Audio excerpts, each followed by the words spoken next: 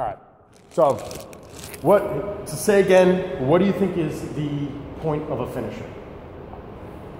To wear somebody out at the end of a workout, make them feel like they've worked out really hard. Okay, so what are the three energy systems in the body?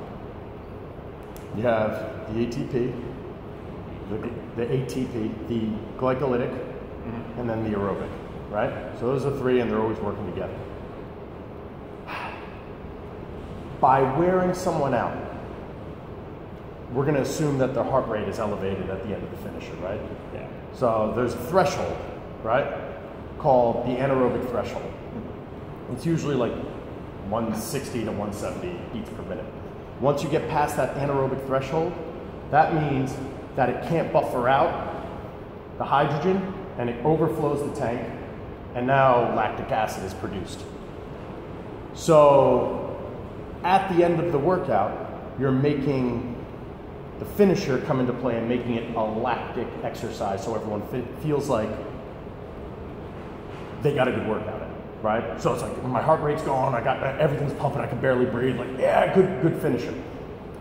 According to the parameters of Vladimir Isarin's training load compatibility versus non-compatibility, that's a non-compatible thing. You don't end your workout with a finisher. Lactic work will diminish your returns from hypertrophy, from I'll show you the chart. Hypertrophy, strength, maximal power, whatever it is, lactic work actually messes it all up. So rather than ending the workout with a finisher and having it, jack your heart rate up, begin the workout with your finisher at a lower intensity and treat it as a warm-up. It also kind of makes sense with the way your nervous system works. So your big lifts you typically do at the beginning, like as you kind of warm up and peak with that, like your nervous system excitement, like big bench or big squat, and then you kind of drop it down as you do like your accessory work. So it makes sense to get that high energy one done in the front as opposed to like going up, kind of dropping back down, and then all of a sudden hitting yourself with that. Yeah, and also too, you need to think about what the main theme of your workout is, or the main theme of that week, or the main theme of that block. Like, what is your goal?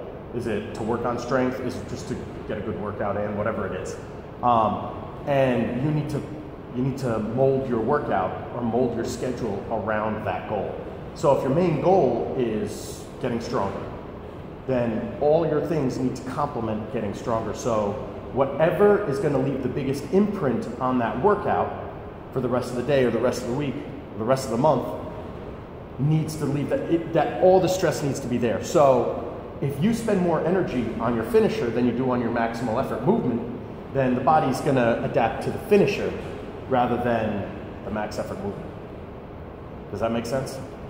So if you end on like a hardcore workout or a hardcore finisher, it's like, oh shit, that's what your body remembers, and that actually takes from the adaptation